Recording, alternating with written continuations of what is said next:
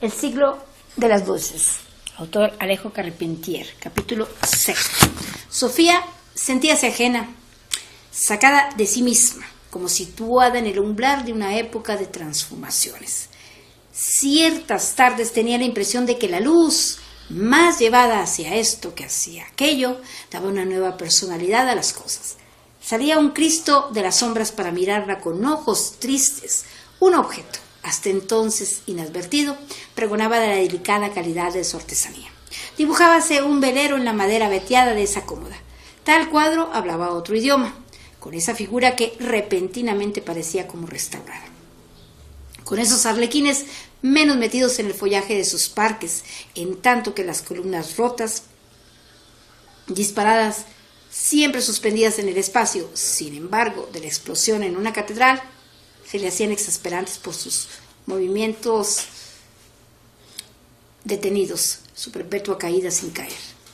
De París le llegaban libros muy codiciados, unos meses antes, impacientemente pedidos por catálogo, pero que ahora quedaban medio empaquetados en un entrepaño de la biblioteca. Iba de una cosa a otra, dejando la tarea útil por el empeño de reparar lo inservible, pegando trozos de jarrones rotos, sembrando plantas que no se daban en el trópico, divertida por un tratado de botánica, antes de asomarse al aburrimiento de una lectura llena de Patroclos y Eneas, abandonados para bucear en un baúl de retazos, incapaz de persistir en algo, de llegar al cabo de un remiendo, de una cuenta doméstica o de la traducción, innecesaria por lo demás, de una oda a la noche del inglés Wilkie Collins. Esteban tampoco era el mismo.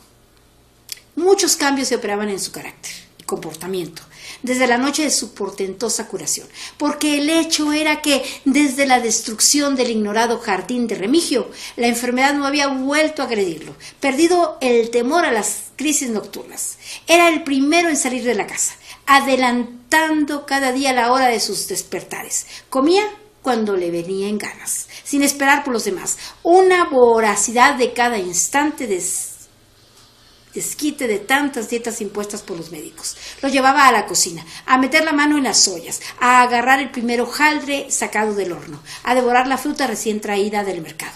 Cansado de las garapiñas y horchatas asociadas al recuerdo de sus padecimientos, apagaba su sed a cualquier hora, con grandes vasos de tintazo cuyos colores se le subían a la cara. Se mostraba insaciable en la mesa, sobre todo cuando almorzaba solo. Al mediodía, despechugando, arremangada la camisa, calzado con pantuflas árabes, y atacaba una bandeja de mariscos, cascanueces en mano, con tal ímpetu que los trozos de carapachos salían disparados a las paredes. A modo de bata usaba sobre el cuerpo desnudo, asomando las velludas piernas debajo del amaranto, un traje de obispo sacado del armario de las ropas familiares, cuyo raso le era deleitosamente fresco, debajo del rosario que se ceñía a modo de cinturón. Y aquel obispo estaba en perpetuo movimiento, jugando a los bolos en la galería del patio, deslizándose por el pasamanos de la escalera, colgándose de los barandales o afanándose en hacer sonar el carillón de un reloj que llevaba 20 años en silencio. Sofía, que tantas veces lo había bañado durante sus crisis, sin reparar en las sombras mullidas que iban ennegreciendo su anatomía, cuidaba ahora, por un creciente sentimiento de pudor, de no asomarse a la azotea cuando sabía que el mozo se bañaba allí al aire libre, secándose luego al sol, acostado en el piso de ladrillos, sin cuidar siquiera de atreverse a atravesarse o atravesarle una toalla de cadera a cadera. Se nos está haciendo hombre, decía Carlos, regocijado. Hombre de verdad, coreaba Sofía, sabiendo que desde hacía pocos días se rasuraba el bozo adolescente con una navaja barbera. Remontando la escala del tiempo, Esteban había vuelto a dar un sentido cabal a las horas trastocadas por los hábitos de la casa. Se levantaba cada vez más temprano, llegando a compartir el mañanero café de la servidumbre. Sofía lo consideraba con asombro, asustándose del nuevo personaje que iba creciendo en aquel ser todavía doliente y lastimoso pocas semanas atrás, y que hallaba ahora en el aire cabalmente aspirado y devuelto, curado de flemas y congestiones, una energía que mal llevaban aún sus hombros huesudos, sus piernas flacas, su silueta demasiado esmirriada por el largo padecimiento. La joven sentía una inquietud de madre que advierte los primeros signos de la virilidad en el hijo. Es un hijo que tomaba su sombrero cada vez más a menudo para irse a merodear por las calles con cualquier pretexto, ocultando por lo demás que sus andanzas lo llevaban siempre a las calles portuarias o a los confines de la Alameda hacia la iglesia vieja que deslindaba el barrio del Arsenal. Tímidamente primero, aventurándose hasta una esquina este día, hasta la segunda el otro, midiendo los últimos tramos de la distancia. Fue llegando a la calle de los garitos y las casas de baile singularmente apacibles en horas de la tarde. Ya aparecían mujeres recién despiertas, recién bañadas en los quicios, aspirando algún humo de tabaco y dirigiendo burlonas porfías al adolescente que huía de las más agresivas para demorar el tranco ante las que cuchicheaban ofertas que él solo pudiese oír. De aquellas casas que hablaban se exhalaba un perfume turbio de esencias y de jabones, de cuerpos perezosos, de alcobas tibias que le aceleraba el pulso cuando pensaba que le bastaría con un segundo de decisión para penetrar en un mundo colmado de misteriosas posibilidades. De una noción abstracta de los mecanismos físicos a la consumación real del acto, había la enorme distancia que solo la adolescencia puede medir con la vaga sensación de culpa, de peligro, de comienzo de algo que implicaba el hecho de ceñir una carne ajena. Durante 10 días fue hasta lo último de la calle, casi resuelto a entrar donde una moza indolente, siempre sentada en un escabel, tenía el acierto de esperar en silencio. 10 veces más volvió a pasar ante ella, sin atreverse, mientras la mujer, segura de tenerlo hoy o mañana, sabiéndose ya escogida, lo aguardaba sin apremio. Una tarde al fin la puerta azul de la casa se cerró sobre él. Nada de lo que aconteció en una habitación calurosa y angosta, sin más adorno que unas enaguas colgadas de un clavo, le pareció muy importante ni muy extraordinario. Ciertas novelas modernas de una crudeza jamás conocida le habían revelado que la verdadera voluptuosidad obedecía a impulsos más sutiles y compartidos. Sin embargo, durante varias semanas volvió cada día al mismo lugar. Necesitaba demostrarse que era capaz de hacer, sin remordimientos ni deficiencias físicas, con una creciente curiosidad por pasar su experiencia a otros cuerpos, lo que hacían muy naturalmente los mozos de su edad. ¿Dónde te echaron ese horroroso perfume?, le preguntó su prima un día husmeándole el cuello. Poco después, Esteban halló sobre el velador de su cuarto un libro que trataba de las terribles enfermedades enviadas al hombre en castigo de los pecados carnales. El joven guardó el tomo sin darse por aludido. Sofía se había acostumbrado a permanecer sola durante largas tardes desde que Esteban se ausentaba con tanta frecuencia y que Carlos, llevado por un antojo nuevo, se iba al picadero del Campo de Marte, donde un jinete famoso daba exhibiciones de equitación española, enseñando a los caballos a encabritarse noblemente como los de las estatuas ecuestres o a marcar el paso con garbo y compás, trabajándose la brida a la portuguesa o a la Federica. Víctor se presentaba como siempre a la hora del crepúsculo. Sofía, a modo de saludo, le preguntaba por el cargamento de harinas de Boston que no acababa de llegar. Cuando llegue, decía el negociante, volveré a Port-au-Prince con Ogué, a quien algunos asuntos reclaman allá.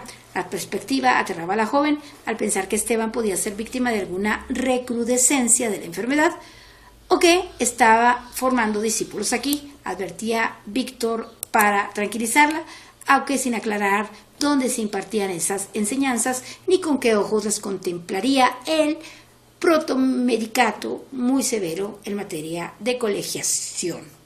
A menudo la emprendía con don Cosme, a quien tenía por un pésimo comerciante. Es un Garnet Petit que no ve más allá de sus narices, y aunque conociera el desgano de Sofía ante todo lo que se refiriera al negocio presente tras de la pared, Víctor se daba a aconsejarla. Apenas tuvieran edad para hacerlo, ella y su hermano debían deshacerse de la albacea, confiando el manejo de sus intereses a una persona más capaz que diese mayores vuelos al negocio. Enumeraba entonces las mercancías nuevas con las cuales en este tiempo podían realizarse grandes beneficios.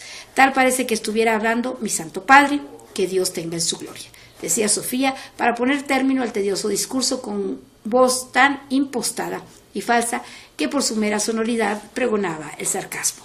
Víctor largaba la carcajada que acompañaba en su conversación, cualquier brusco cambio de humor, y se daba a hablar de sus viajes, Campeche, Marigalante o la Dominica, escuchándose a sí mismo con evidente contento. Había en él una desconcertante mezcla de vulgaridad y de distinción. Podía pasar de la más alborotosa facundia meridional a una extremada economía de palabras según el rumbo que siguiera el coloquio. Varios individuos parecían alojarse en su persona. Cuando hablaba de compraventas, le valía una gesticulación de cambista con manos que se transformaban en platillos de balanza. Poco después se concentraba en la lectura de un libro, permaneciendo inmóvil con el ceño tenazmente fruncido, sin que los párpados parecieran moverse sobre sus ojos sombríos, dotados de una fijeza que calaba las páginas. Cuando le daba por cocinar, se tornaba cocinero, poniéndose espumaderas en equilibrio sobre la frente, haciéndose bonetes con cualquier paño, tamborileando en las ollas. Ciertos días sus manos eran duras y ávaras, con esa manía de cerrar el puño sobre el pulgar, que Sofía hallaba desagradablemente reveladora. Otras veces se le hacían ligeras y finas, acariciando el concepto como si fuese una esfera suspendida en el espacio. Soy un plebeyo, decía, como quien exhibe un blasón. Sin embargo, cuando se jugaba a las charadas vivas, Sofía había observado que gustaba de representar papeles de legisladores y de tribunos antiguos, tomándose tremendamente en serio, presumiendo, acaso, de buen actor. Varias veces había insistido en animar episodios de la vida de Licurgo, personaje por el cual parecía tener una especial admiración. Inteligente para el comercio, conocedor de los mecanismos de la banca y de los seguros, negociante por oficio, Víctor estaba, sin embargo, por el reparto de tierras, pertenencias, la entrega de los hijos al Estado, la abolición de las fortunas y la acuñación de una moneda de hierro que, como la espartana, no pudiese atesorarse. Un día en que Esteban se sentía particularmente alegre y saludable, propuso la improvisación de una fiesta en la casa para celebrar el restablecimiento de la normalidad en las horas de comer. Se daría un gran banquete a las 8 en punto, con la obligación impuesta a los comensales de acudir de distintos rincones de la casa. Los más alejados del comedor, en el tiempo que tardaban las campanas del Espíritu Santo en sonar. Quien no lo lograra sería sometido a distintas penalidades. En cuanto a la etiqueta vestimentaria, arriba estaba en el armario de trajes. Sofía escogió el disfraz de duquesa, arruinada por los empeñistas, y se dio a desastrarle la basquiña con ayuda de Rosaura. Esteban ya tenía en su cuarto, desde hacía tiempo, el atuendo episcopal. Carlos vendría de alférez de navío, en tanto que Víctor escogió una toga de magistrado. Él me va très bien, antes de irse a la cocina para adobar las palomas torcales del segundo servicio.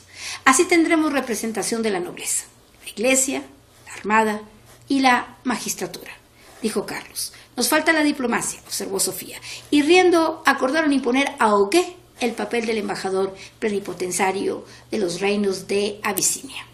Pero Remigio, despachado en su busca, regresó con la más desconcertante nueva. El médico había salido desde temprano y no había regresado al hotel, y ahora acababa de presentarse la policía para registrar su habitación, con orden de llevarse todos sus papeles y libros. No entiendo, decía Víctor, no entiendo.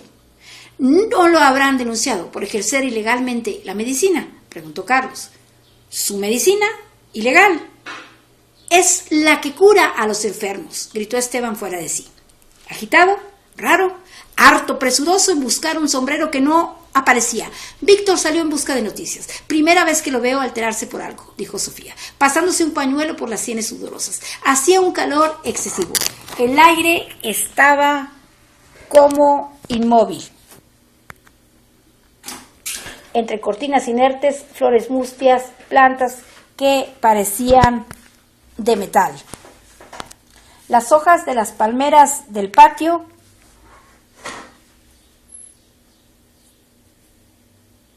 habían cobrado una pesadez de hierro forjado. Aquí termina el capítulo 6 del libro que se titula El siglo de las luces, cuyo autor es Alejo Carpentier.